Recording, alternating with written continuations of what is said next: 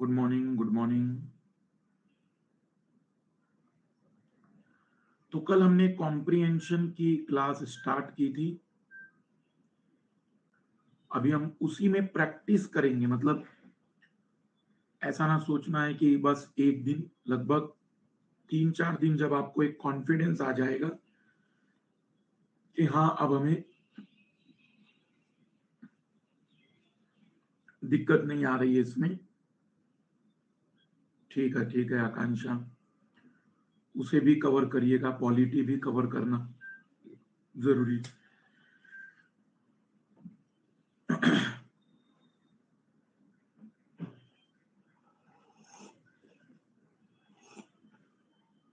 ठीक है, बिल्कुल। 10 मार्च तक प्रैक्टिस नहीं, लेकिन इतनी प्रैक्टिस जरूर हो जाएगी कि आप स्वयं कहेंगे, मैं नहीं कहूंगा कि सर अब तो निपटा देंगे हम कॉम्प्रिहेंशन। कल की कहानी सभी को याद है? एक बार रिपीट कर दीजिए मेरे पांचों नियम।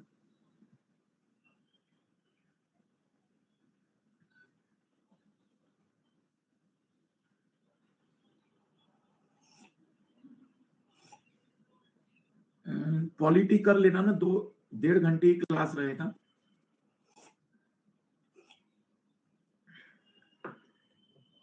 पहला, राधा ने दिया है आंसर सिर्फ गद्यांश पर, बहुत बढ़िया। दूसरा नियम, only, all, every, always, compulsory, must, certainly, extreme word वाले ऑप्शन गलत रहेंगे। तीसरा नियम, डिडक्टिव मेथड, सही क्या की जगह पहले 3 को गलत साबित करिए और फिर आप कहिए कि हाँ यही आंसर हो सकता है। जब तक कि सभी गलत साबित ना होकर एक ना बच जाए तब तक आंसर नहीं देंगे। चौथा नियम, मैसेज लास्ट में मिलता है और शुरुआती जो टाइटल है वो स्टार्ट में मिलेंगे। और उस शब्दों के मतलब बताए थे, कोरोलरी हो, इन्फेरेंस हो, कंक्लूजन हो, नॉर्मली कंक्लूजन। और धीमा पढ़ना है, धीमा पढ़ना।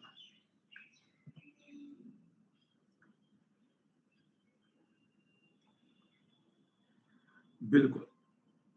तो आपकी स्क्रीन पर कॉम्प्रिहेंशन हिंदी इंग्लिश में ये रहा। तेजी से आप पढ़िए, मैं कमेंट्स को पूरा ब्लॉक कर रहा हूं। 2 मिनट मैं टाइम लगाते रखूंगा।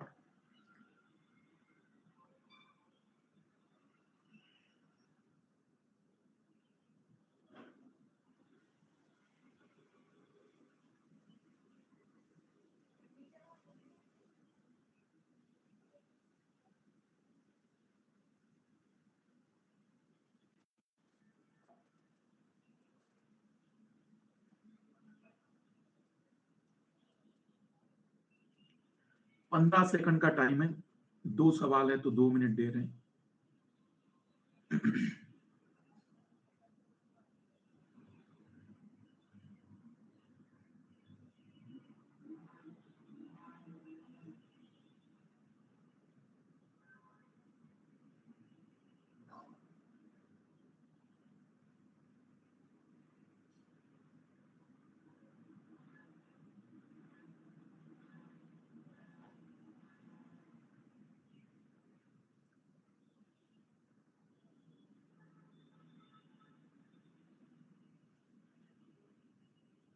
30 सेकंड का टाइम है आंसर के लिए।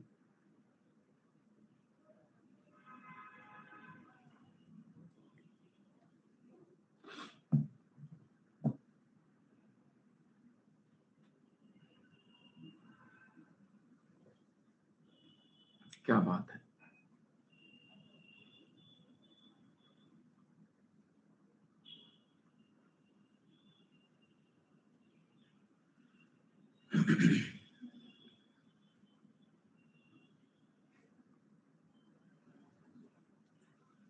खनिज तेल जमाव पूर्णतः अपघटित नहीं हो पाते क्योंकि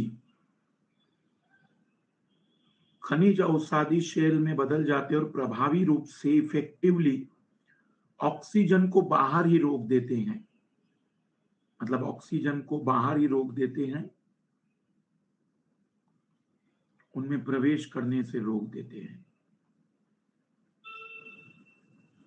और दूसरा सवाल है कि आखिर सेडिमेंट्री रॉक्स में ऑयल डिपॉजिट क्यों हो जाता है।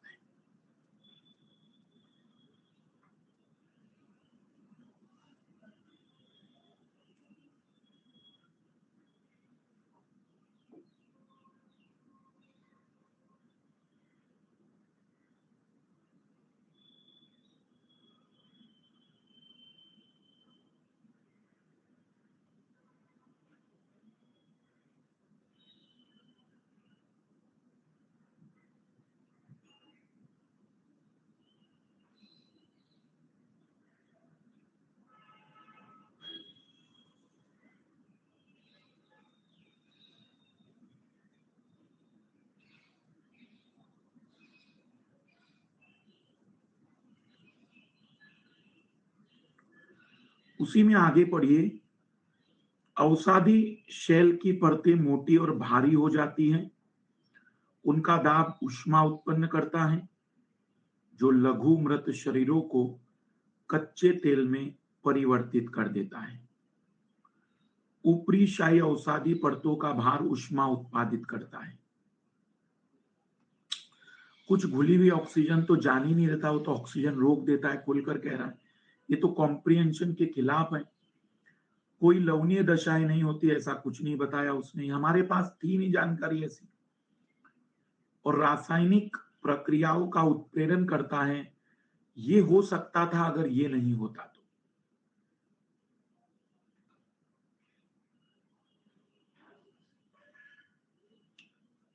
एक ही प्रश्न है, 1 मिनट का टाइम होगा, प्रॉपर पढ़ना।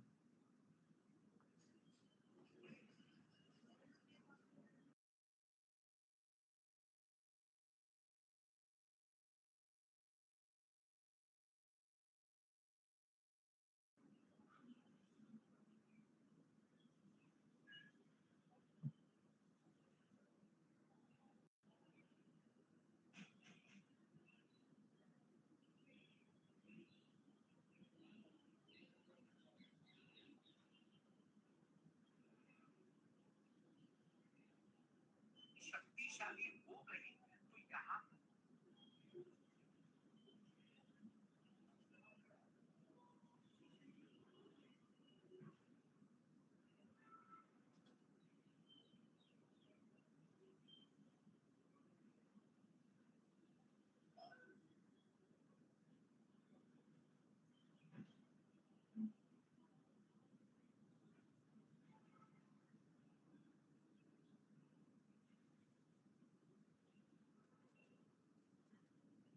Last 10 second.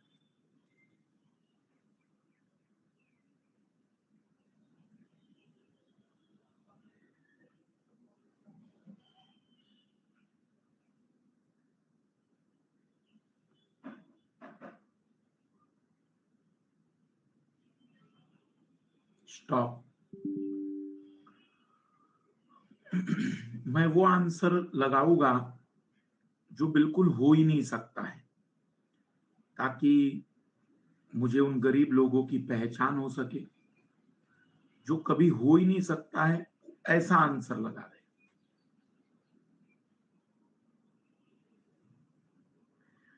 सना। इस लाली से मेरी रिक्वेस्ट है, या लाल है मुझे नहीं पता, थोड़ा तो पढ़ लेते बेटा, पैसे दिए हैं हमने। चलो पैसे भी ना दिए हो, समय दे रहे हो ना, पैसे की कोई वैल्यू नहीं, समय की तो है। ये वो गंदे लाल लाली है जिनको मैंने सब बता दिया लेकिन फिर भी वो मानने को तैयार नहीं। सना, पंकज, स्वप्निल, प्रकाश, ये लाल भी बहुत डाउट पूछता है हमसे लेकिन सुधरने को तैयार नहीं। केतन, आशुतोष, विनीत, सागर, भावना, योगेश, साहिल, निधि, चंदन, सरस्वती, आकृति, अद्भुत। गंदे लाल लालियो, इन जिन लोगों ने सी लगाया, एक्सट्रीम वर्ड नहीं देखा तुम लोगों को। सीधा लिख रहा है कि एक तरफ तो क्लाइमेट चेंज के कारण खाद्य और पोषक तत्वों में कमी आएगी और सबसे गरीब समुदाय को नुकसान पड़ेगा, और वही दूसरी ओर गरीबी के कारण क्लाइमेट चेंज होता है क्योंकि वो अनसस्टेनेबल यूज करता है। सरकार को गरीबी उन्मूलन कार्यक्रम, ये तो कहीं से कहां तक वर्णन नहीं किया गया है। हमें तुरंत अधारणीय कृषि पद्धति, अधारणीय संसाधन उपयोग की बात हुई, कृषि पद्धति की कोई बात नहीं हुई। ये हो नहीं सकता था।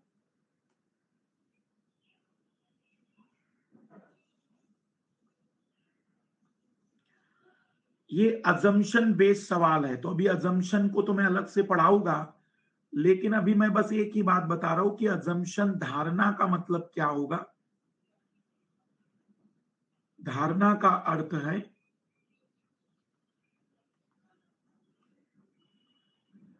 लेखक के विचार, लेखक के विचार, थॉट ऑफ राइटर्स, लेखक का मत, लेखक का मत, व्यू ऑफ द राइटर।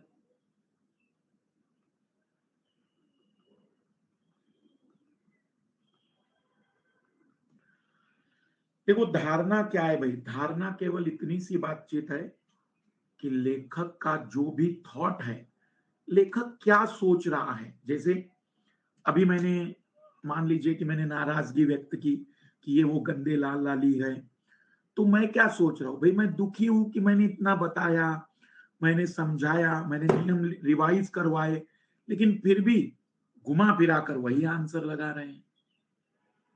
इसका मतलब आपका फोकस नहीं, आपका ध्यान नहीं। शायद मेरे कठोर शब्द आपको ध्यान देने के लिए मजबूर कर सके।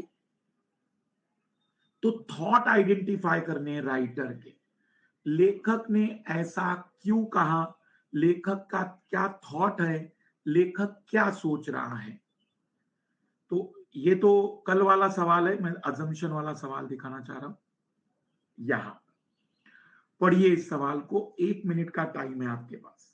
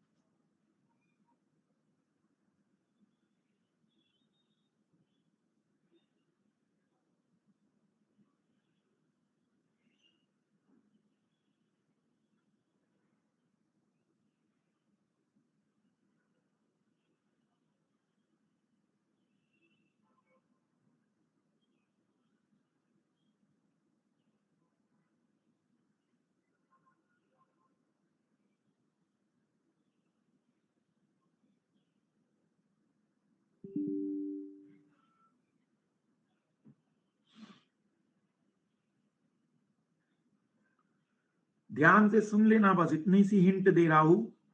लेखक ऐसे विचार वाले लोगों को या तो वार विक्टिम कह रहा है या झूठा कह रहा है, झूठा।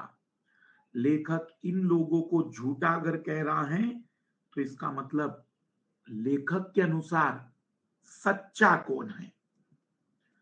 अजम्पशन,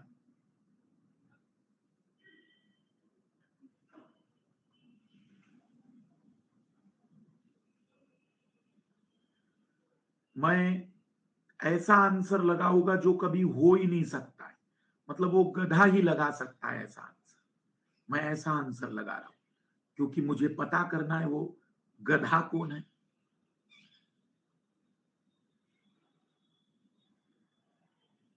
बहुत अद्भुत।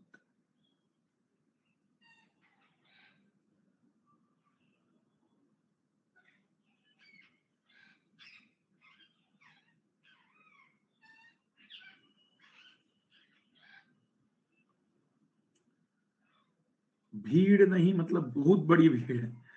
Saurabh, Rahul, digital, Deepika, Prateek, Neeta, my God. मुझे पढ़ना पड़ेगा कॉम्प्रिहेंजन क्योंकि आपका दुख बहुत बड़ा है, बहुत। भारत में अनेक लोगों का यह विचार है कि यदि हम शस्त्र निर्माण पर अपने रक्षा व्यय को कम कर दे तब हम अपने पड़ोसियों के साथ शांति का वातावरण बना सकते हैं, जिससे धीमे धीमे संघर्ष कम होगा और युद्ध मुक्त स्थिति बनेगी। जो लोग इस प्रकार के विचार घोषित करते हैं वे या तो युद्ध पीड़ित है अथवा झूठा तर्क फैलाने वाले हैं। महोदय, ये लेखक जो हथियार निर्माण के विरोधी है उनका विरोधी है, मतलब ये हथियार निर्माण का सपोर्टर है, हथियार निर्माण को सपोर्ट करता है, फेवर में है। ये कहता है जितने मतलब इसका थॉट है जितने ज्यादा हथियार बनाएंगे सामने वाला डरेगा, डरेगा तो युद्ध ही नहीं करेगा। ये लेखक कुछ ऐसा है। जिन गंदे लाल लालियों ने सी लगाए, राष्ट्रीय सुरक्षा के लिए आवश्यक है कि हमारे पास अत्याधुनिक शस्त्र प्रणाली हो। कोई मॉडर्न वेपन की बात कही उसने, उसने कहीं से कहा तक आधुनिक हथियारों की बात कही। वो अधिक और कम की बात कर रहा है मेरे गंदे लाल लालियों। देखो, ज्यादा और कम और मॉडर्न तीनों अलग चीज है ना भाई। एक जगह मात्रा की बात चल रही है, एक जगह क्वालिटी की बात चल रही है। वो क्वालिटी पर नहीं क्वांटिटी पर फोकस कर रहा है। हमारे शस्त्र प्रणालियों के निर्माण से हमारे पड़ोसी हमारे विरुद्ध युद्ध के लिए उत्तेजित हुए हैं। ये लेखक का विचार नहीं है, लेखक जिनका विरोध कर रहा है उनका विचार है। हम शस्त्र निर्माण पर जितना अधिक व्यय करेंगे हमारे पड़ोसियों के साथ सशस्त्र संघर्ष की संभावना उतनी ही कम होगी। यही सोच है इस राइटर की। भारत में अनेक लोगों का विश्वास है हम शस्त्र निर्माण पर अपना खर्च संसाधन अपव्यय कर रहे हैं। ये लेखक की नहीं लोगों की सोच है। लेखक तो सोच रहा है जितने ज्यादा हथियार उतना युद्ध कम होगा। क्या कहूं मैं आप लोगों को, मुझे खुद समझ में नहीं आ रहा। मैं आपको बता रहा हूं कि शब्द आप ध्यान दीजिए, बाउंड्री का उल्लंघन जनरली मत कीजिए। इसे थोड़ा सा ध्यान से पढ़िए, धीमे पढ़िए। मैं टाइम बढ़ा रहा हूं, 2 मिनट का टाइम दे रहा हूं।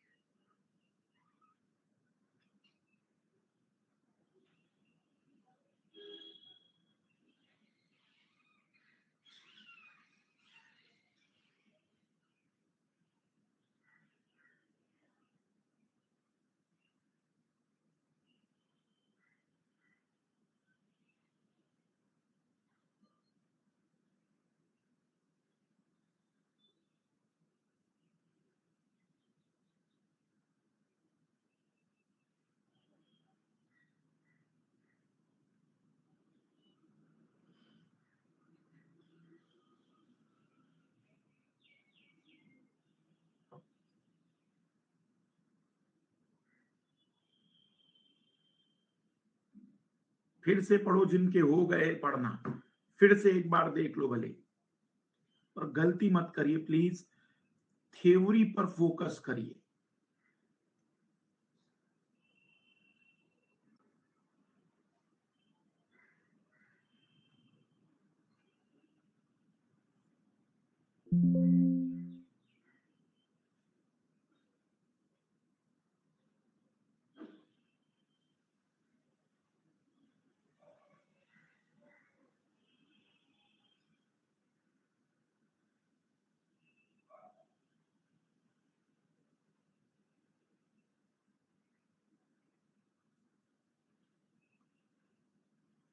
मैं वो आंसर लगाऊंगा जो सबसे पॉसिबल ही नहीं, मतलब जिसको आप डायरेक्टली कह सकते कि ये तो हो ही नहीं सकता है।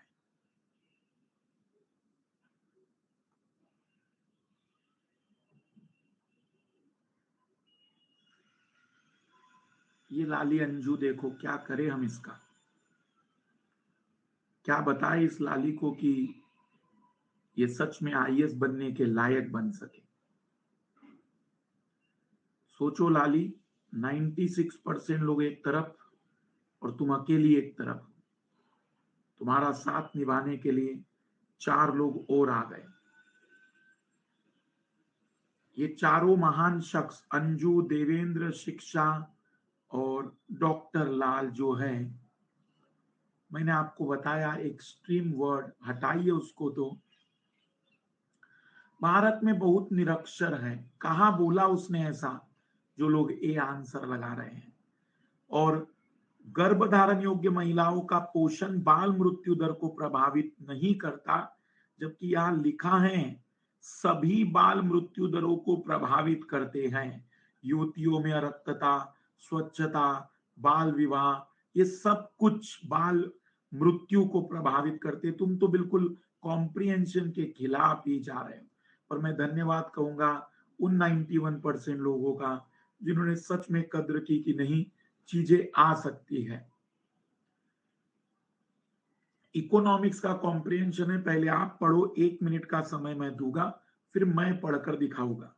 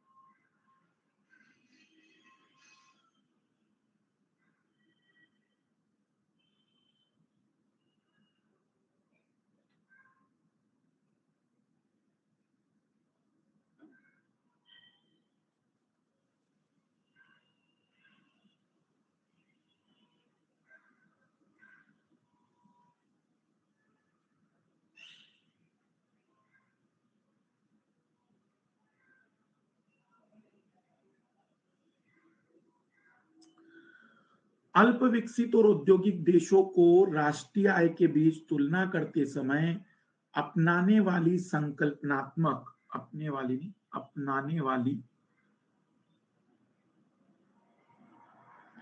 संकल्पनात्मक कठिनाइयां विशेष रूप से गंभीर होती है। वो कह रहा है कि भाई जो अंडर डेवलप कंट्रीज और इंडस्ट्रियल कंट्रीज है उनके बीच में जब जीडीपी की तुलना करते हैं तो बहुत सारी चैलेंजेस है। क्यों चैलेंजेस है?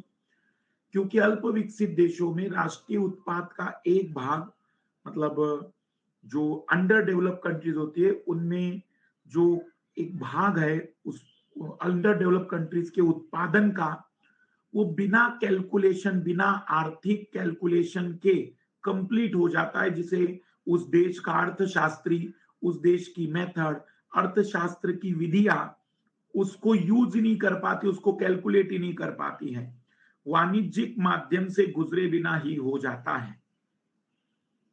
तो लेखक क्या कहना चाह रहा है, लेखक क्या बोलना चाहता है?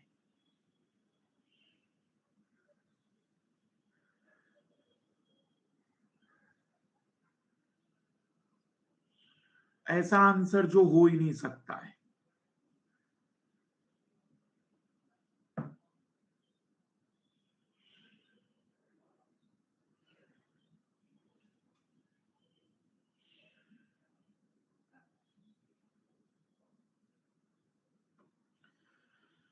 कांता, सना, दशमेश, हिमांशी, लक्ष्मी, बहुत बढ़िया। एक्सट्रीम वर्ड देखते चलो, कितनी बार बताऊं मैं।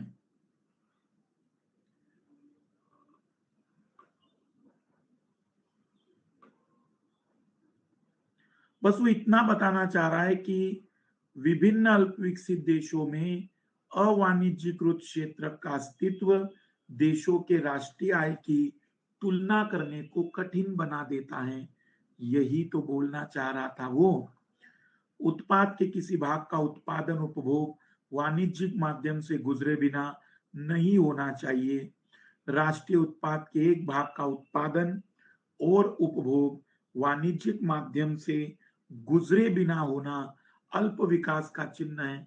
उसने अल्प विकसित होने के लिए ये होगा ही ऐसा कोई दावा पेश नहीं किया। वो तो बेचारा बोल रहा है कि तुलना करने में कठिनाई होती है। क्या ये लाइनें उसने नहीं कही कि कठिनाई विशेष रूप से गंभीर होती है जब भी हम तुलना करते हैं? तुलना करते समय आप क्या चाहते हो, वो राइटर आपको निशान लगा के दे कि बी आंसर होगा मेरे गंदे लाल लालियो इसका। कॉम्प्रिहेंशन पढ़ो न, ध्यान से पढ़ो न, प्रॉपर तरीके से।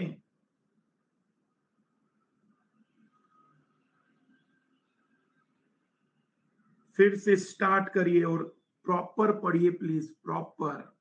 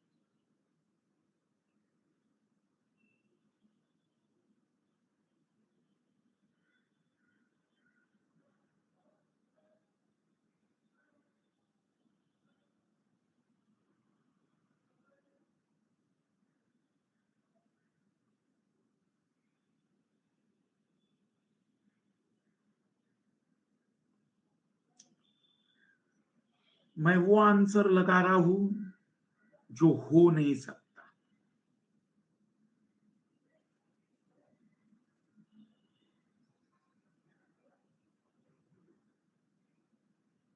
ये लाली देखो लक्ष्मी, मैं एक सोचता हूं चार पांच प्रकट हो जाते हैं। शेर मोहम्मद, अंजू, निकेत, मतलब ये पढ़ते क्या है भगवान ही जाने। फिर मतलब आप लोग सोचिए कि ये वो आंसर लगा रहे हैं।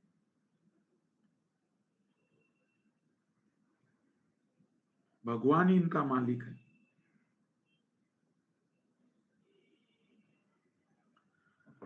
ये मतलब किस किस तरीके के लोग हैं, कहां से आते हैं ये लोग और क्यों आते हैं ये। यहां ये जीवन की प्रक्रिया को सरल बनाती है, सरल बनाती है, सरल बनाती है। मेरी रिक्वेस्ट है इन महान हस्तियों से, मुझे दिखा दो कि तुम्हें कहीं पर ये दिख रहा है कि वो कठिन बनाती है। जरा मैं कमेंट्स ओपन कर रहा हूं और मैं चाहूंगा कि जिन लोगों के मैंने नाम लिए वे मुझे बताए कि कहां आपको कठिन दिखा। सर देख लीजिए यहां कठिन लिखा हुआ है, दिखाओ जरा मुझे गंदे लाल लालियो कहां कठिन दिख रहा है तुम लोगों को।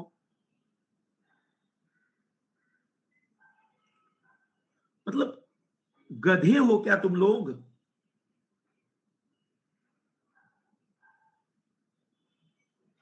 अरे घर वाले उम्मीदें लगा बैठे हैं कि मेरा लाल और लाली आईएएस की तैयारी कर रहा है और वो गधा बिल्कुल उत्तर उल्टे निकाल रहा है।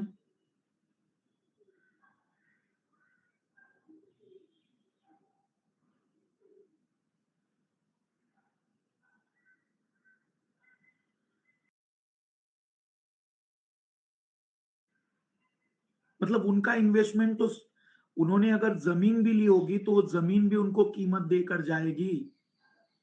अरे उन लोगों ने अगर पीतल के बर्तन भी लिए होंगे तो वो भी रिटर्न देकर जाएंगे। तुम तो पीतल के बर्तन से भी नीचे चले गए हो। थोड़ा तो दिमाग यूज करो।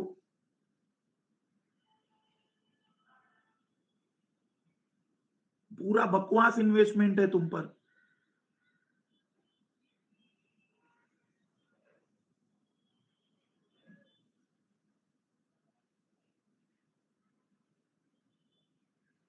मतलब इतना सिंपल सवाल, उसमें भी केवल 30% हमारे लिए जीवन आसान करती है।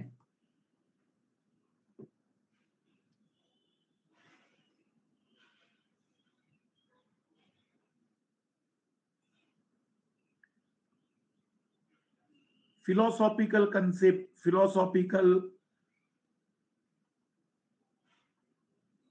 कॉम्प्रिहेंशन है, थोड़ा सा ध्यान से देखना। ऐसे कॉम्प्रिहेंशन को आप स्किप कर सकते हैं, क्योंकि इसमें बोलना चाहता कुछ है, रिजल्ट आता कुछ है। ट्राई करिए।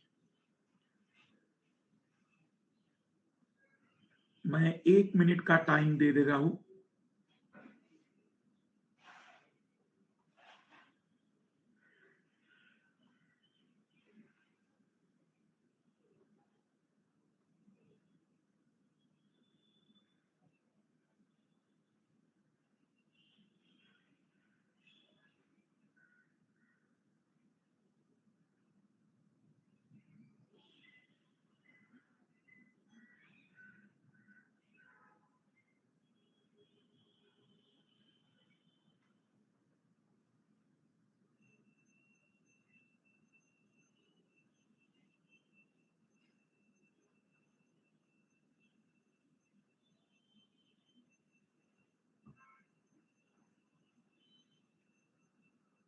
राज्य मोतियों के समान है और केंद्र वह धागा है जो उन्हें हार में पिरोता है।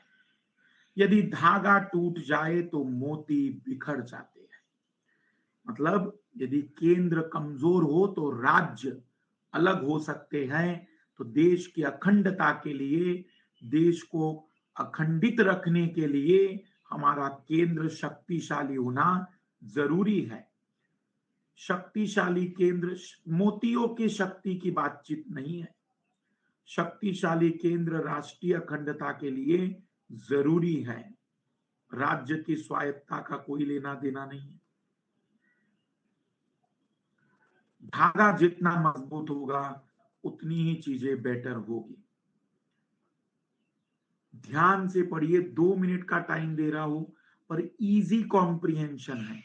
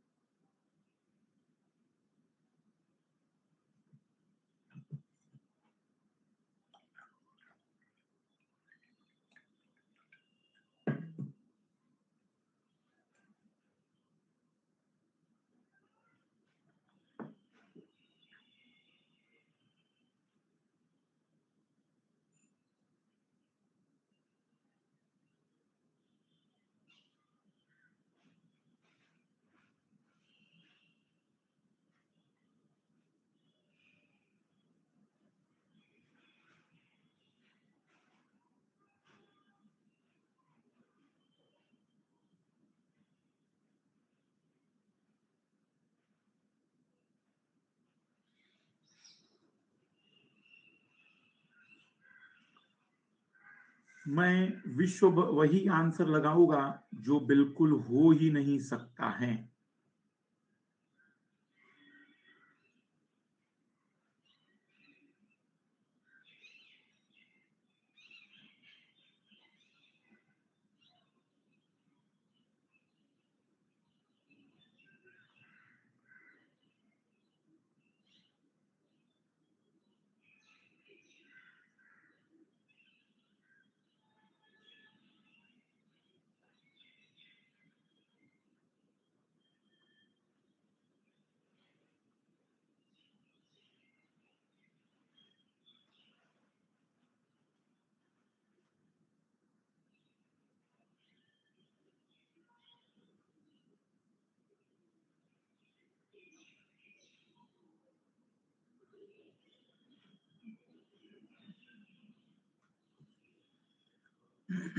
इधर ध्यान देना कॉम्प्रिहेंशन पर। डाइटिंग महामारी बन चुका है, मोटापा नहीं, डाइटिंग महामारी बन चुका है। हर कोई एक श्रेष्ठ शरीर प्राप्त करने की तलाश में है। बहुत से लोग श्रेष्ठ शरीर प्राप्त करने की धुन में लगे हैं। ये सत्य हो सकता है, लेकिन ये परिणाम नहीं हो सकता मेरे लाल लाली। ध्यान से सुनो जरा कॉम्प्रिहेंशन। हर कोई एक श्रेष्ठ शरीर प्राप्त करने के तरीके की तलाश में है। हम सभी नवंशिकों या अनुवांशिक, पारिवारिक इतिहास, लिंग, आय, शारीरिक और मानसिक, आध्यात्मिक स्वास्थ्य स्थिति, जीवन शैली और वरीयता के संदर्भ में भिन्न है। लेखक कह रहा है कि हम सभी कुछ genetically, age wise, gender wise, body wise, spiritual wise, mentally सब अलग अलग हैं। इस कारण से हम किसी एक आहार को सहन कर सकते हैं, किसी आहार के प्रति संवेदनशील है, इसका मामले में विभिन्न है। इसलिए हो सकता है गुलाब जामुन खाने से आपके शरीर में मोटापा आता हो, किसी और के ना आता हो। अतः वास्तव में अनेक जटिलताओं में कमी एक आहार या आहार पुस्तिका में नहीं ला सकते, और इसलिए लेखक कह रहा है कि संभव नहीं है कि कोई ऐसा मेन्यू बना दे और दावा करे कि इसको खाने के बाद मोटापा कभी नहीं आएगा।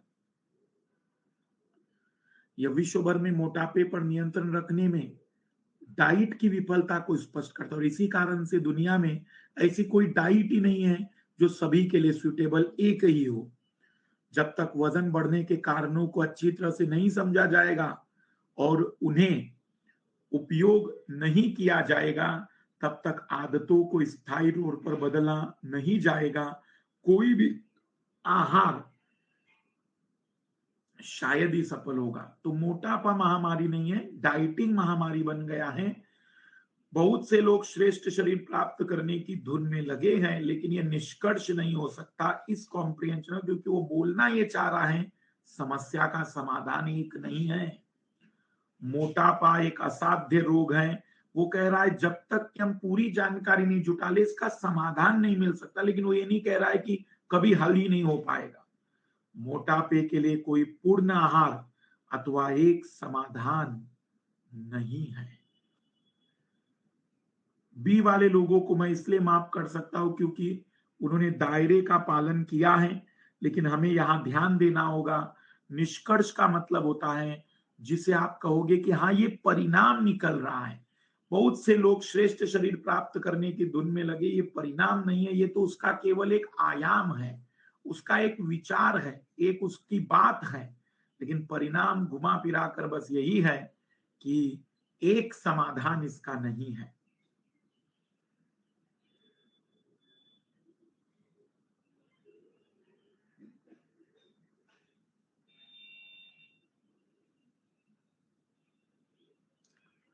There is no perfect diet one solution, ये कहां से? वो तो उल्टा मना कर रहा है ना, एक्सट्रीमिज्म को मना कर रहा है उल्टा वो। तो एक्सट्रीमिज्म को मना करना उल्टा नॉर्मल हुआ ना। 100%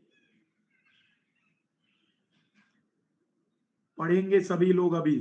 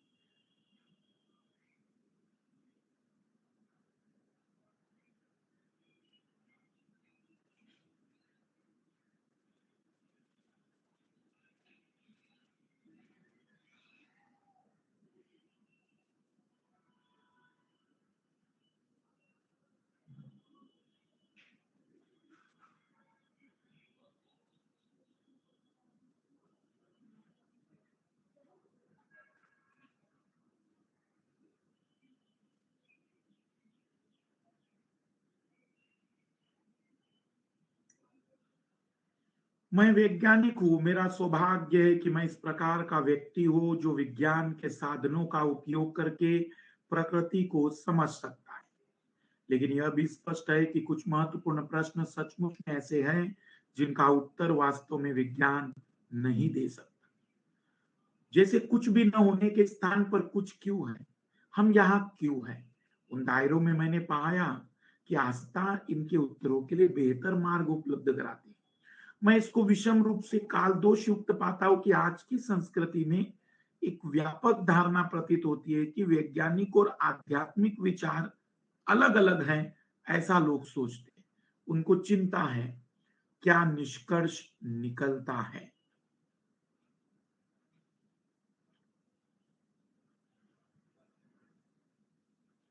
मैं वो आंसर लगाऊंगा जो बिल्कुल भी नहीं लगाना चाहिए।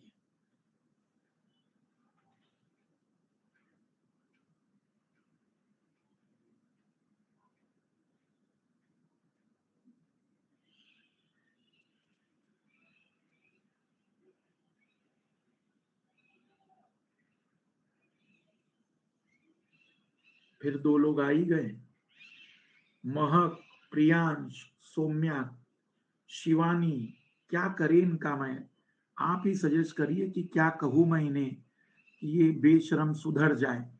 अभी तो लिखवाया मैंने, एक्सट्रीम वर्ड दिखा नहीं क्या आप लोगों को? महक, प्रियांश, सौम्या, शिवानी, अनूप। मैं जरा चाहता हूं बेटा, जरा मुझे बताओ, क्या बताऊं मैं तुम्हें कि तुम ये आंसर ना चुन सको।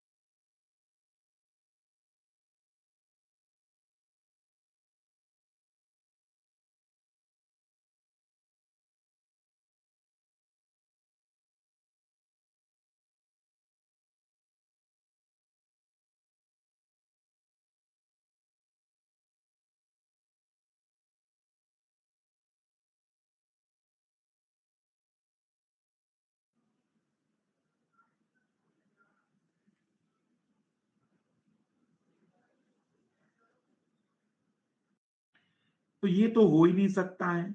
और जिन लोगों ने डी लगाया उसने कहा कि आज की बड़ी समस्या है कि लोग दोनों को अलग अलग मानते हैं, किसी को बड़ा और किसी को ज्यादा तो हमें बताया नहीं। तुम्हें कैसे पता चला कि वो लोग, ये तुम्हारा दिमाग कह रहा है। मैंने बार बार कहा तुम अपना दिमाग मत खर्च करो, शब्दों पर गौर करो, शब्दों पर गौर करो।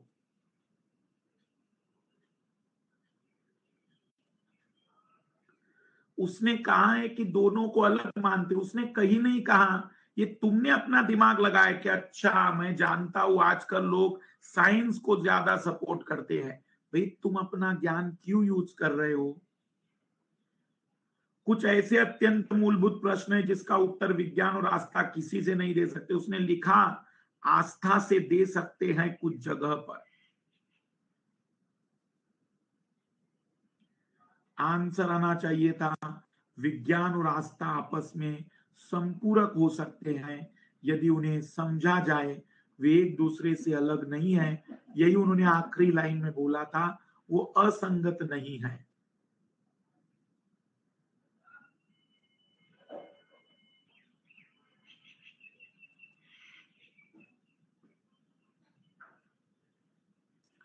ये कल शायद मैंने करवाया था, ये कल करा चुका हूं मैं। थोड़ा बड़ा कॉम्प्रिहेंशन है, 3 मिनट का टाइम दूंगा, ध्यान से पढ़िएगा।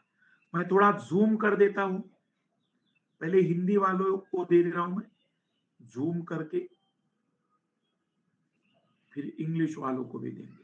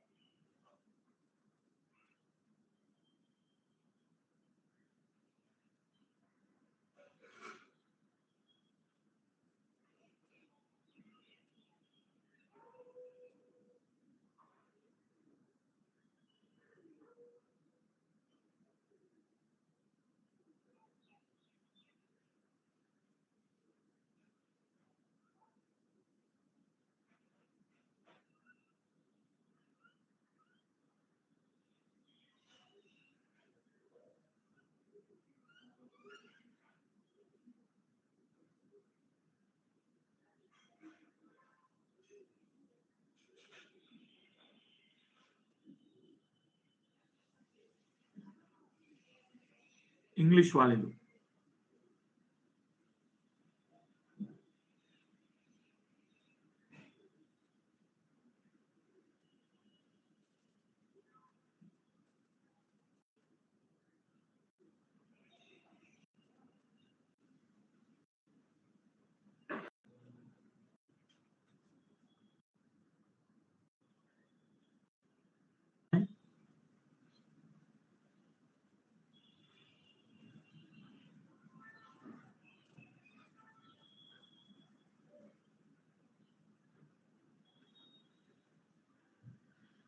मैं ऐसा आंसर लगा रहा हूं जो कॉम्प्रिहेंशन में है ही नहीं।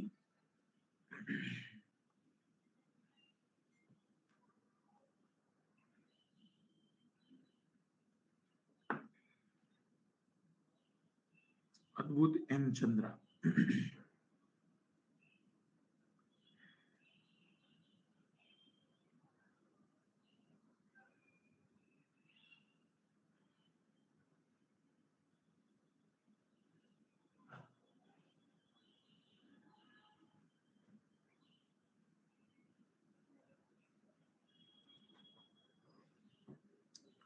मुक्त बाजार व्यवस्था के समर्थक किसमें विश्वास करते हैं? देख लीजिए,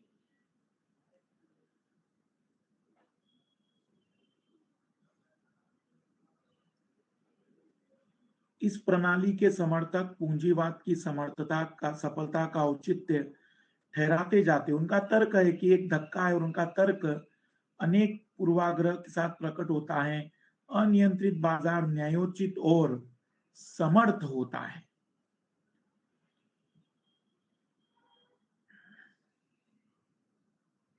मतलब सक्षम होता है, समर्थ होता है।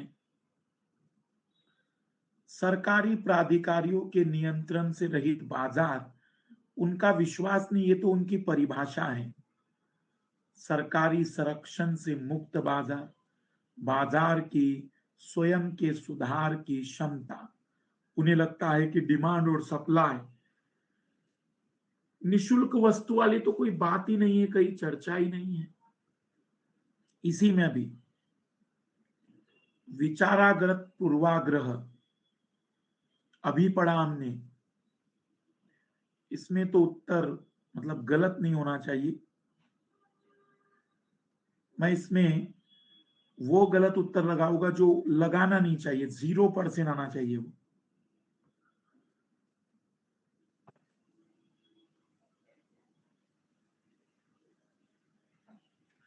भोलेंद्र, धर्मशिष्ट और साहिल बताएं।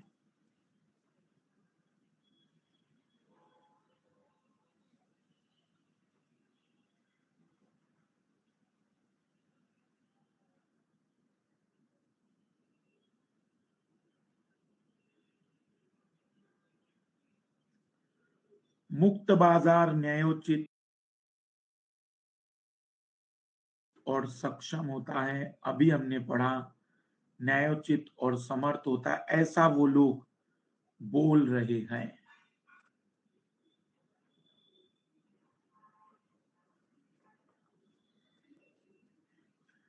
निजी लालच का व्यवहार बृहत्तर लोकहित में होगा, यहां लिखा है उन्होंने, बृहत्तर लोकहित में होगा। कुछ लोग पूंजीवाद और लालच के बीच द्विदेशिक संबंध की पहचान, जो एक दूसरे को निश्चित रूप से इस व्यवस्था से लाभ पाने वाले धनाढ्य सशक्त खिलाड़ी के बीच हितों के टकराव, विचारधारा के अपेक्षाकृत अधिक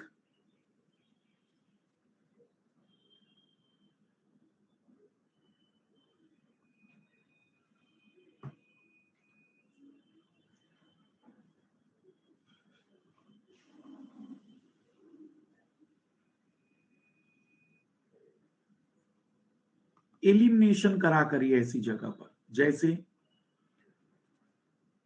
निजी लालच का व्यवहार बृहत्तर लोकहित में होगा, पूंजीवाद की झूठी विचारधारा को निर्दिष्ट करता है, मुक्त बाजार के न्याय संगत दावों को स्वीकार करता है, पूंजीवाद के सद्भावपूर्ण चेहरे को दिखाता है, परिणामी सकल असमानताओं की उपेक्षा करता है।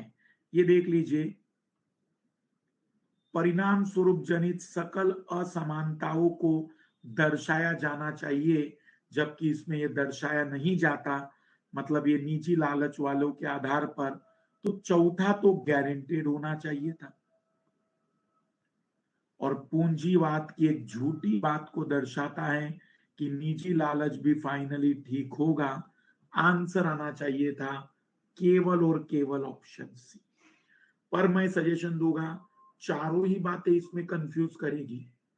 मेरा सजेशन है ऐसे सवाल स्किप कर दिया करिए, यदि आपको किसी में भी क्लैरिटी ना आए तो, क्योंकि उससे गलती से बचोगे।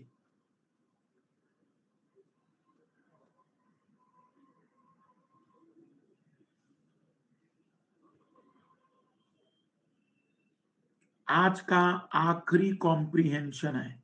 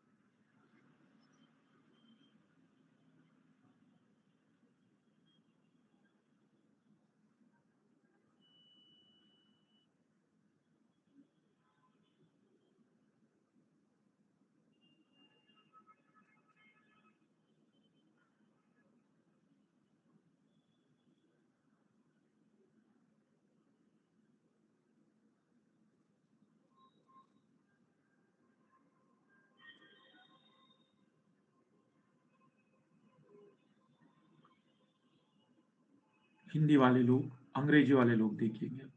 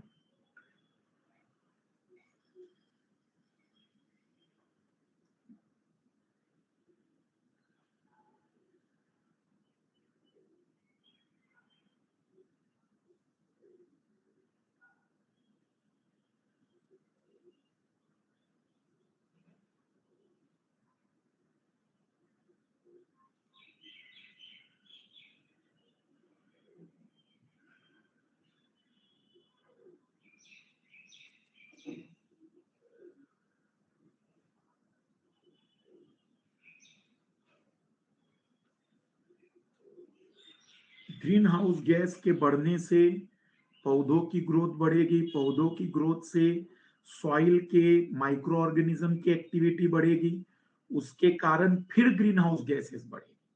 दोनों एक दूसरे को बढ़ा रहे हैं। सबसे निष्कर्ष,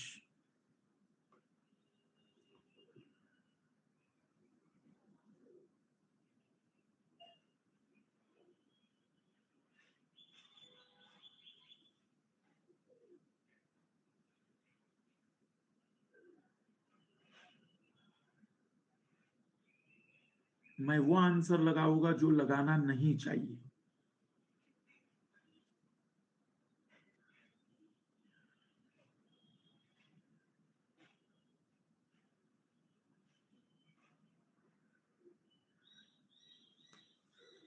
कुछ लोग हैं कि लगाएंगे। सूरज, अर्पित, अर्पिता, ज्योति, मोहित, दिव्या, इनकी लिस्ट खत्म ही नहीं हो रही। मेडी, वीर, सना, अद्भुत। वायुमंडल में कार्बन डाइऑक्साइड विमुक्त करने के लिए पूरी तरह, ये तुम्हारा अपना पुराना नॉलेज यूज कर रहे हो तुम लोग। कितनी बार बताया, कॉम्प्रिहेंशन की सीमा का उल्लंघन नहीं करेंगे। सूक्ष्म जीव और पादपों के अस्तित्व के लिए कार्बन डाइऑक्साइड आवश्यक है, ऐसा उस कॉम्प्रिहेंशन का कहना नहीं है।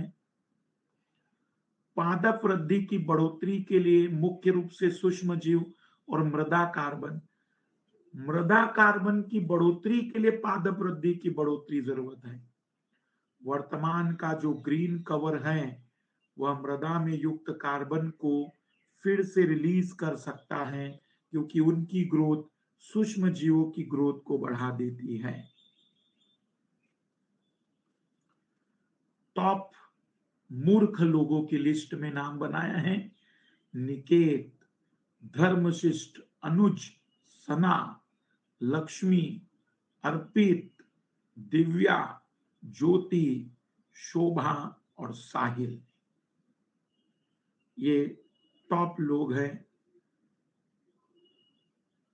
कुछ चीजें बिल्कुल हटनी चाहिए कि ये तो हो ही नहीं सकता है।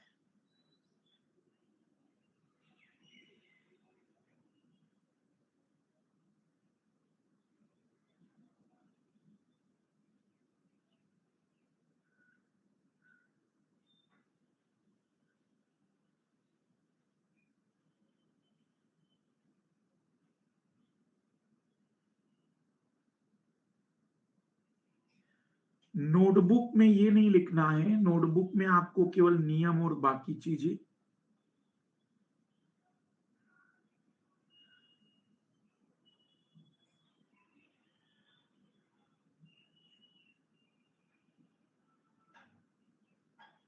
अभी हमें और प्रैक्टिस करनी है क्योंकि जीवन इतना सरल नहीं है। अभी हमें इसमें और प्रैक्टिस करनी है। अभी हम इसमें और लगभग 30-40 कॉम्प्रिहेंशन और हल करवाएंगे ताकि धीमे धीमे आपको समझ में आए क्या चीज निकालनी है, क्या चीज छोड़नी है।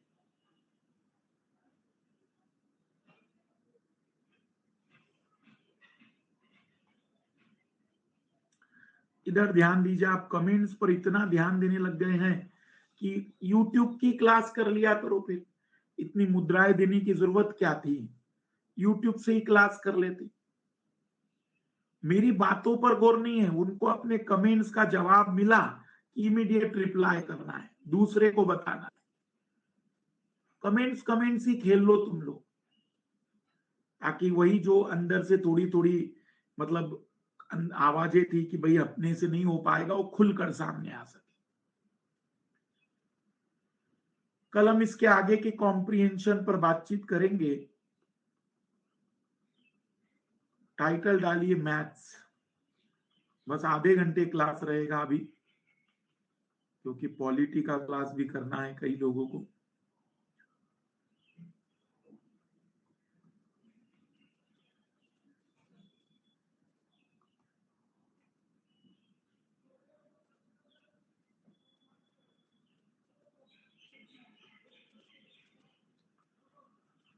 परमुटेशन में हमने जो कल सॉल्व किए थे क्वेश्चन, वो थे वर्ड परमुटेशन के।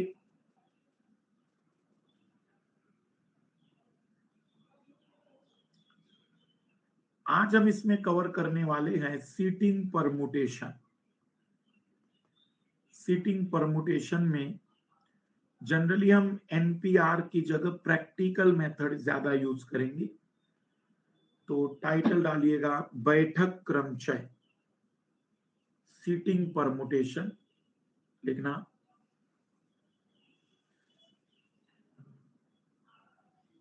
चार व्यक्ति 5 कुर्सियों पर कितने प्रकार से बैठ सकते हैं?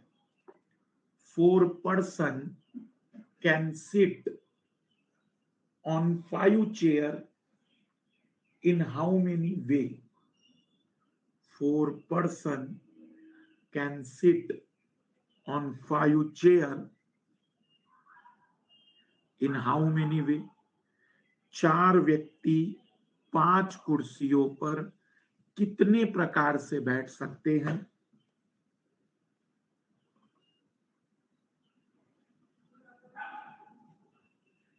तो तरीका पहला है, नया सवाल तरीका दे रहा हूं। देखो, ऐसे सवालों में हम प्रैक्टिकली सोचेंगे कि ये 5 कुर्सियां हैं। पहले व्यक्ति को भेजो अंदर, उसके पास 5 ऑप्शन है। तो पहले व्यक्ति के पास 5 ऑप्शन है, कहीं पर भी बैठ सकता है। मान लो वो यहां पर बैठा। अब दूसरे को भेजो,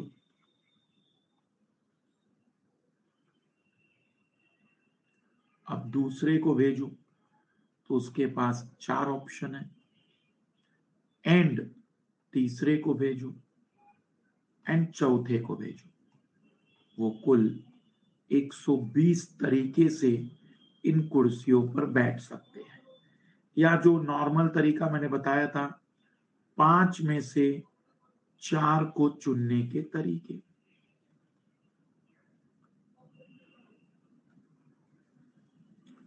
ये फार्मूला हम पहले पढ़ चुके हैं। 5 फैक्टोरियल मतलब 120, बट इसको सीखना, इसकी हमें जरूरत और आगे पड़ेगी।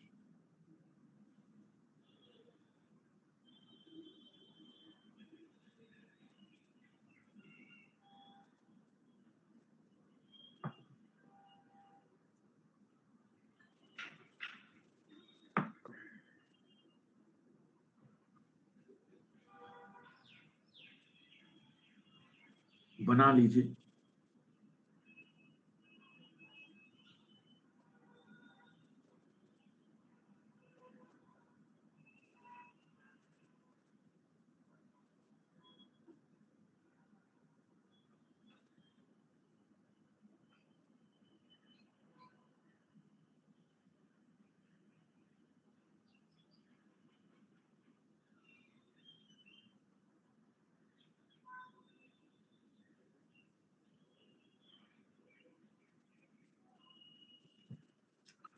अब इसी में एक और सवाल आप सॉल्व करिए। 4 व्यक्ति 5 कुर्सियों पर कितने प्रकार से बैठ सकते हैं? 4 व्यक्ति 5 कुर्सियों पर कितने प्रकार से बैठ सकते हैं यदि आने वाला व्यक्ति बैठे हुए व्यक्ति के गोद में भी बैठ सकता हो? 4 person in how many way can sit on 5 chair? 4 person can sit in how many way on 5 chair if any one person if any one person can sit on the lap of a seated person? यदि आने वाला व्यक्ति बैठे हुए व्यक्ति के गोद में भी बैठ सकता हो।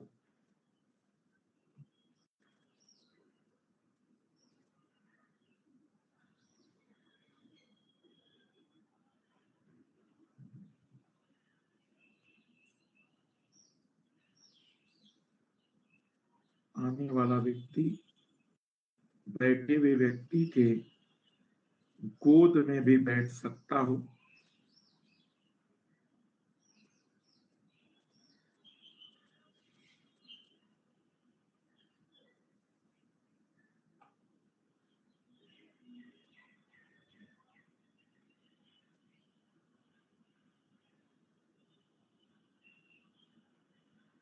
तो अब ऐसी सिचुएशन में अगर हमसे प्रश्न पूछा जाता है तो आपको फिर से वही बात मैं याद दिलाऊंगा कि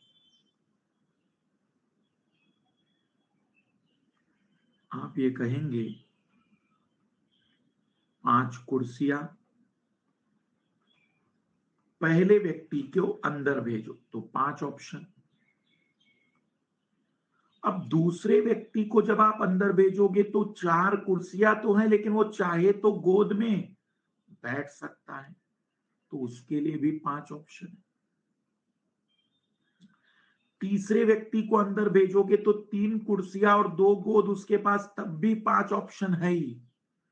मतलब ऑप्शन ये सिंपल सा समझो कि कुर्सी भरी हुई है ही नहीं कभी भी, वो हमेशा ही खाली मानी जाएगी क्योंकि वो उस पर बैठ सकता है फिर से। तो कुल 625 तरीके से ये 4 लोग बैठ सकते हैं।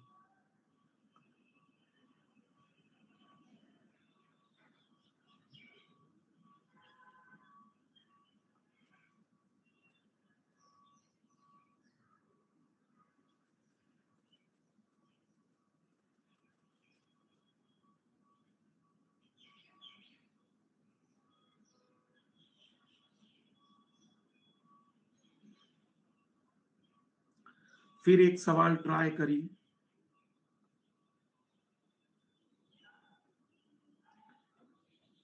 4 व्यक्ति 5 कुर्सियों पर कितने प्रकार से बैठ सकते हैं?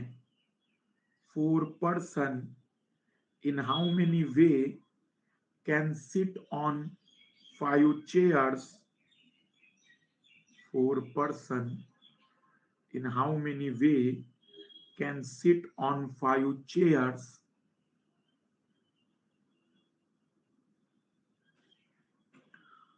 So that anyone can sit one leg of a seated person.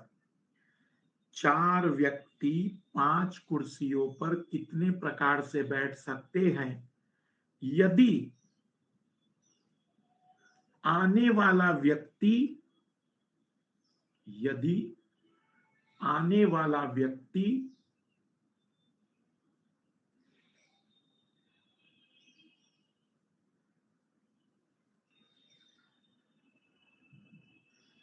बैठे हुए व्यक्ति के एक पैर पर भी बैठ सकता हो। आने वाला व्यक्ति बैठे हुए व्यक्ति के एक पैर पर भी बैठ सकता हो।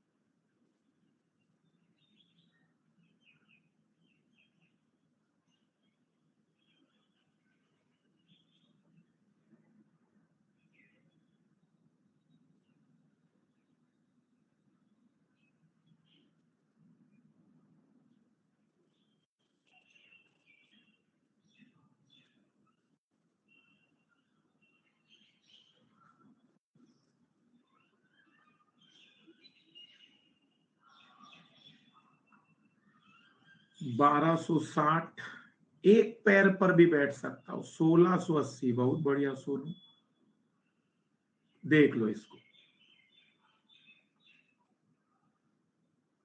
5 कुर्सियां, पहले व्यक्ति की एंट्री कराओ। पहले व्यक्ति के पास 5 ऑप्शन है। अब सोचो कि वो व्यक्ति आपने बिठा दिया, तो अब अगले व्यक्ति के पास 4 कुर्सी और 2 पैर, मतलब 6 ऑप्शन हो गए। अगले व्यक्ति को जब आप बिठाओगे तो तीसरे व्यक्ति के पास 3 कुर्सी और 4 पैर के ऑप्शन है। एक एक ऑप्शन बढ़ता जाएगा।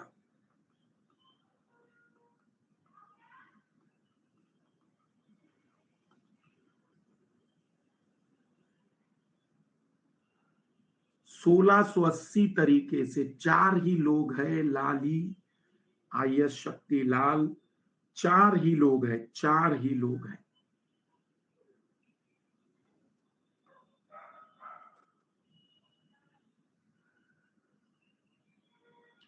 कुर्सियां 5 और लोग 4 हैं।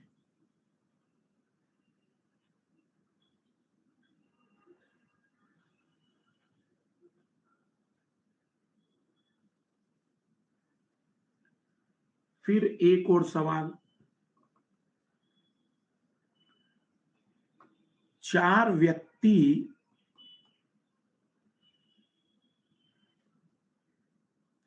पॉलिटी का मैराथन शुरू हो गया। मोहित, कहां ध्यान है तुम्हारा? 4 व्यक्ति 5 कुर्सियों पर, या ऐसा लिखो, अब इसको थोड़ा नया कर देता हूं मैं। 4 व्यक्ति एक पंक्ति में, 4 व्यक्ति एक पंक्ति में कितने प्रकार से बैठ सकते हैं? 4 व्यक्ति एक पंक्ति में कितने प्रकार से बैठ सकते हैं?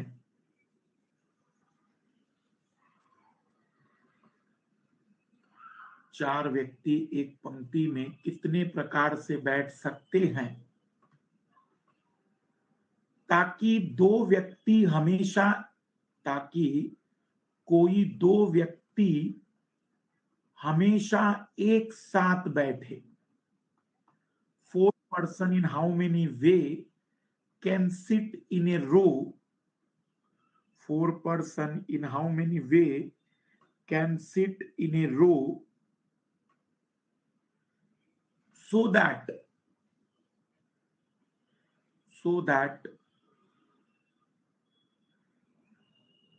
any 2 person can sit together always. कोई दो व्यक्ति हमेशा एक साथ बैठे.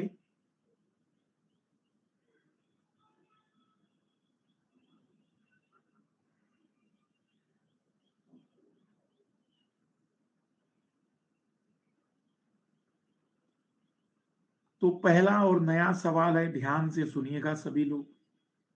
ये सवाल वैसा ही है जैसे हमने कल सवाल हल किए थे कि दिल्ली से कुल कितने शब्द बनाए जा सकते हैं यदि वोवेल्स हमेशा साथ में आए. तो जिसको हमेशा साथ में उसको डब्बे में बंद कर देते हैं. तो 4 लोगों में 2 लोग तो ये हुए और 2 लोग जिनको हमेशा साथ में रखना है उनको डब्बे के अंदर बिठा दो. अब काउंट करो तो ये 3 लोग हो गए, 3 फैक्टोरियल, डब्बे के अंदर चले गए 2 फैक्टोरियल, 6 गुना में 2, आंसर आ जाएगा 12. वही सेम पैटर्न लगेगा, जहां भी एक साथ की शर्त आएगी वही डब्बा बनाएंगे हम लोग. ये 2 फैक्टोरियल डब्बे के अंदर वाले लोगों के आधार पर है.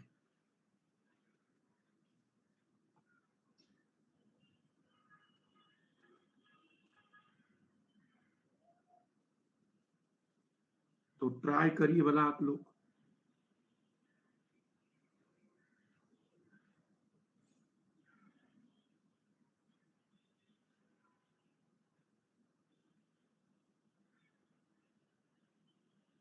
हाँ, कोई भी 2 हो सकते, कोई भी 2, हमने चुने नहीं.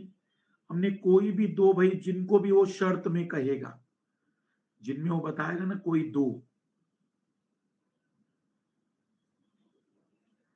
नहीं, हम ये नहीं कहेंगे कि भाई उनके तरीके कौन से होंगे. फिर ट्राई करना.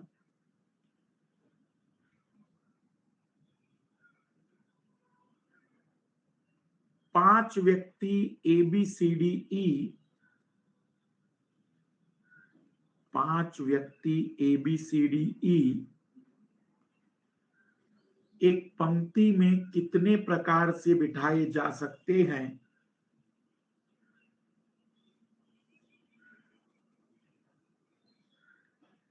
एक पंक्ति में कितने प्रकार से बिठाए जा सकते हैं ताकि डी और ई हमेशा एक साथ ही बैठे. 5 person in how many way can sit in a row so that 2 person can sit together, so that D and E always sit together.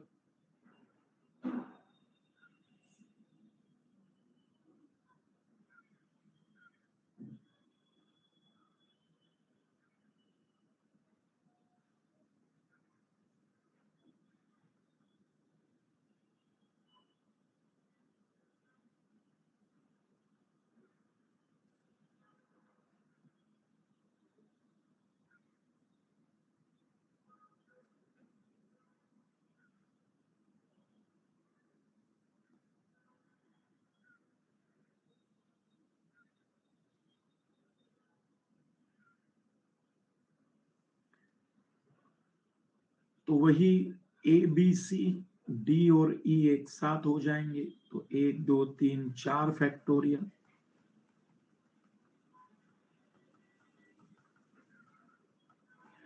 अब इस सीटिंग में एक और सवाल आता है जिसमें लड़के और लड़कियों का सवाल पूछा जाता है.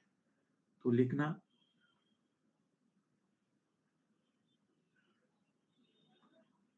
4 boys and 4 girls in how many ways can sit in a row, 4 लड़के और 4 लड़कियां एक कतार में कितने प्रकार से बिठाई जा सकती हैं? 4 लड़के और 4 लड़कियां एक कतार में कितने प्रकार से बिठाई जा सकती हैं?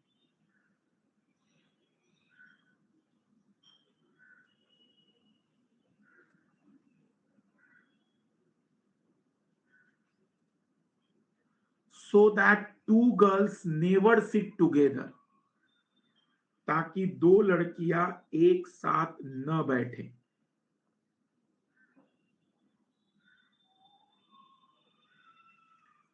So that two girls never sit together, ताकि 2 लड़कियां एक साथ न बैठे।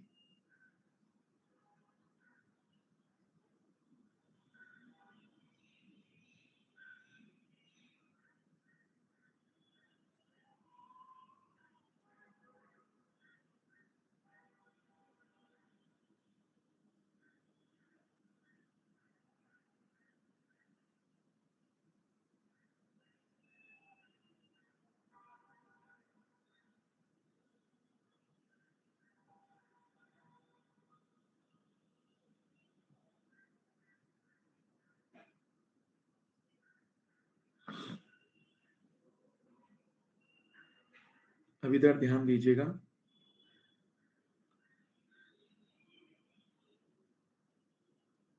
ऐसे सवालों में जिन पर कंडीशंस लगी होती है उन्हें हम बाद में बिठाएंगे। पहले बिना कंडीशन वालों को बिठा देते हैं। तो 4 जगह पर 4 लड़कों को बिठाने के 4 फैक्टोरियल तरीके।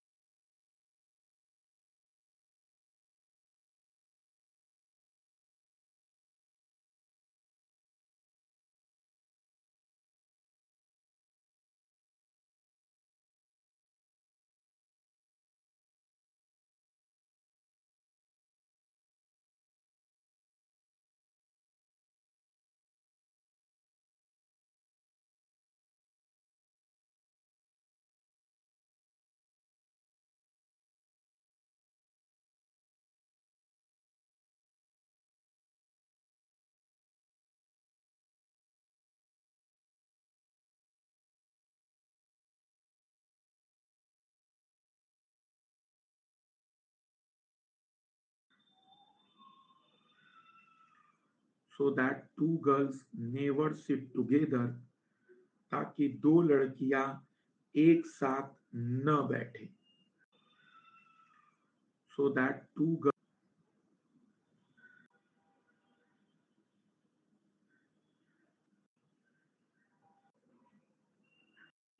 जिन पर कंडीशन के 4 फैक्टोरियल तरीके, क्योंकि 4p4। अब लड़कियों को बिठाना है, हमें लड़कियों को इस तरीके से बिठाना है कि 2 लड़कियां एक साथ ना आए। तो एक लड़की यहां बैठ सकती है, यहां बैठ सकती है, यहां बैठ सकती है, यहां बैठ सकती है, और यहां भी संभव है। इनमें से कहीं पर भी अगर लड़कियों को बिठाया जाए तो हमारी शर्त पूरी होगी। कुछ लोगों के दिमाग में आएगा, सर ये 5 जगह क्यों? अब इसको ऐसे सोचो कि एक लड़का बैठा है तो एक लड़की या तो इधर से बैठे या इधर से, 2 ऑप्शन हो जाते उसके पास। इसलिए जब 4 लड़के बैठेंगे तो लड़कियों के पास ऑप्शन एक बढ़ जाता है दोनों तरफ से। तो 5 ऑप्शनों में से 4 जगह पर, क्योंकि लड़कियां 4 ही हैं, 4 लड़कियों को चुनने के तरीके। 5 - 4 सीधा लिख रहा हूं, तो 4 फैक्टोरियल 24, 120, 2880 तरीके से इन्हें बिठाया जा सकता है। 2880 तरीके से।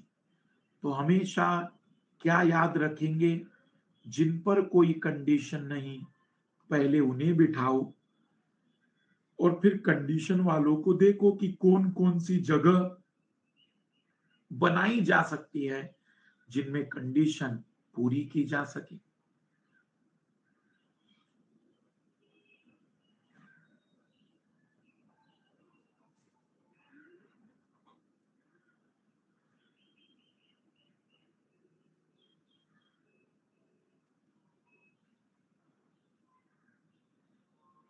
लिख लीजिए इसको, फिर मैं अगला सवाल आपको दे रहा हूं।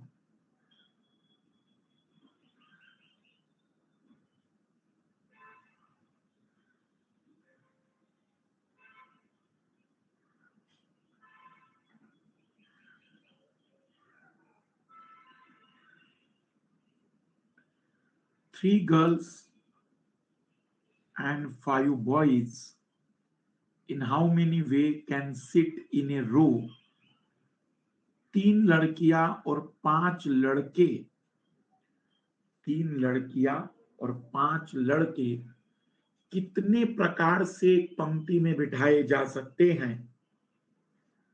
तीन लड़कियां और पांच लड़के कितने प्रकार से एक पंक्ति में बिठाए जा सकते हैं? Three girls and five boys in how many way can sit in a row so that two girls never sit together, ताकि दो लड़कियां एक साथ न बैठे।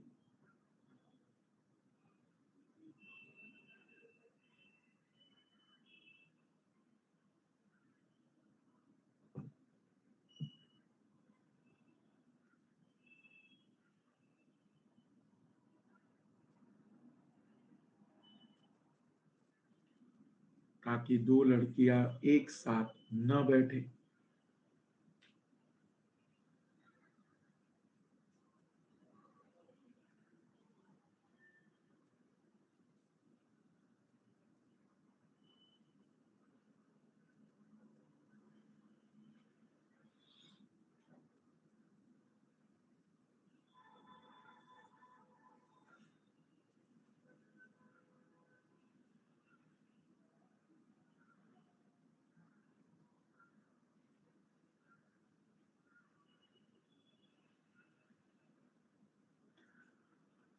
तो पहले तो आप लोग पांच लड़कों को बिठा देंगे, तो ये आ गए हमारे पास 5 फैक्टोरियल।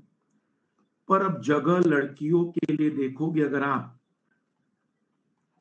तो ये जगह है लेकिन चुन्नी तो तीन ही है, तो 120, 6 फैक्टोरियल, 6 में से तीन गया, 120, 720, 14,400 आंसर आना चाहिए था। कृष्ण कुमार, स्पीड अच्छी है लेकिन जरूरत है सही आंसर।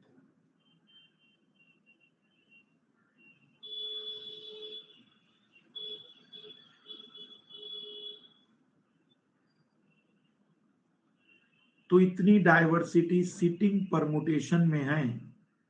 अब टाइटल डालिए नंबर परमुटेशन, नंबर परमुटेशन, जिसे हम स्टार्ट करेंगे कल। मैराथन क्लास पॉलिटी की सुबह 7 बजे शुरू हुई है। जिन जिन लोगों को करनी है, आज पॉलिटी लगभग 17-18 घंटे की एक क्लास है। बहुत खूबसूरत तरीके से इसको समेटने की कोशिश की है। तो ट्राई करिएगा। शीट की लिंक मैं दे देता हूं फिर से। बाइलिंगुअल है, समझाया तो मैंने हिंदी में है, लेकिन सारा मटेरियल आपको पीडीएफ मिल जाएगा इंग्लिश में भी, वही सेम बात का, और हिंदी में भी।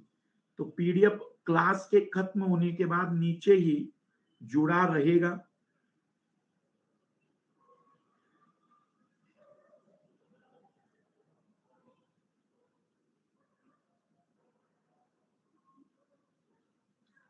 वन सेकंड,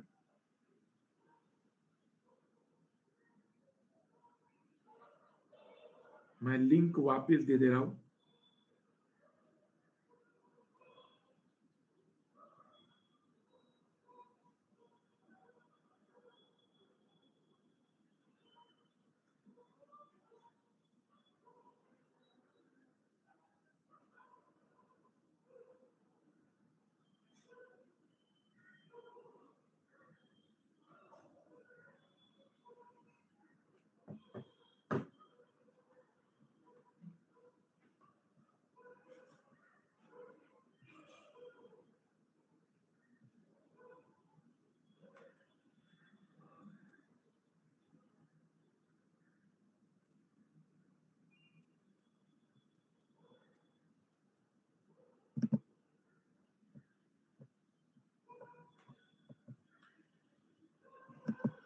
ये मैंने लिंक शेयर कर दी है और साथ ही साथ पिन भी कर दिया है जिन लोगों को अभी भी ग्रुप का लिंक नहीं मिला है।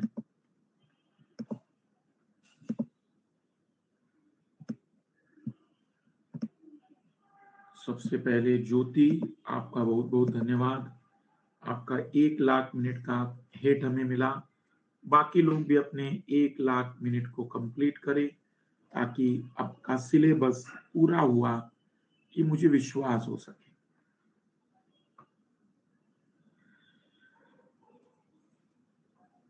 कहां कहां से सवाल लाते हो आप लोग?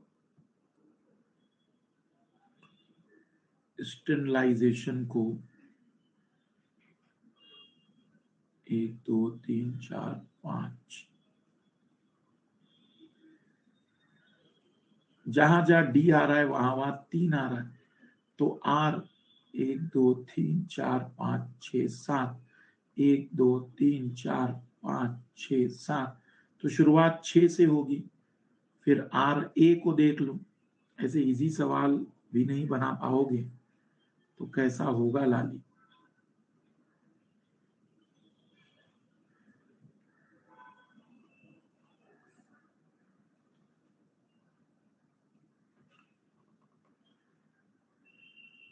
तीन और पांच, तो 1 के अपोजिट 2 आना चाहिए। 1 के अपोजिट 2 यहां नहीं है, 1 के अपोजिट 2 यहां नहीं है, 1 के अपोजिट 2 सीधा दिख रहा है। सिंपल सवालों में तो आप गलतियां कम करिए।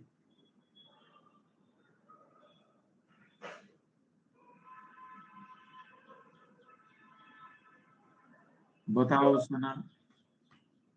Good morning sir. Good morning sir. Good morning. हाँ सर, एक क्वेश्चन है परम्यूटेशन का। किसी मेज पर 9 प्याले इस तरह सजाकर रखें कि उनमें पंक्तियां और कॉलम की संख्या समान है। इसमें 6 प्यालों में कॉफी और 3 प्यालों में चाय है। कितनी प्रकार से इसे रखा नहीं होगी अगर आपका फॉर्म में परसेंटेज का आंकड़ा गलत, उससे कुछ नहीं होता है। ऐसी चीजों से कोई इशू नहीं होता नंदन, कुछ भी नहीं प्रॉब्लम है। ओके सर, तो फिर सुधार नहीं करवाना है उसमें? कोई जरूरत नहीं, करना हो तो कर लो, कोई इशू नहीं आएगा, कर लो उसको, पर कोई दिक्कत नहीं आती।